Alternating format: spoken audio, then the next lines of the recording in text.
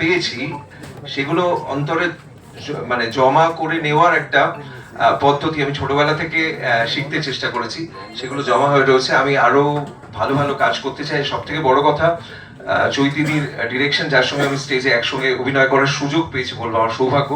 তো সেই নন্দিনী এবং বিশ্ব পাগলের কেমিস্ট্রি এখানেও কাজ করেছে এবং কাস্টিংটা এমন ভাবে চৈতিদি করেছে, মানে মনে হয়েছে যে এই তো আমারই কথা বলা হচ্ছে আর কি।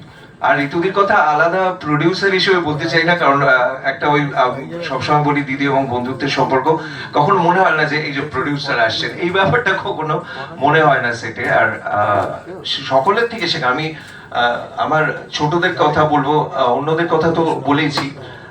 অনুষা এবং অমর্ত্য, মানে আমরা যখন পাঠ করছি তখন দেখছিলাম যে ওরা ওই চরিত্রটার মধ্যে মানে যাপন করছে কিভাবে সেটা দেখার মতো। মানে ওকে দেখে তো মনেই হচ্ছিল যে এই শটটা শেষ হলেও ও বোধহয় গিটারটা কাঁধে নিয়ে আর একটা কোথাও শো করতে যাবে, এরকম একটা একটা সিচুয়েশনের মধ্যে আমরা দেখেছি ওকে আর কি।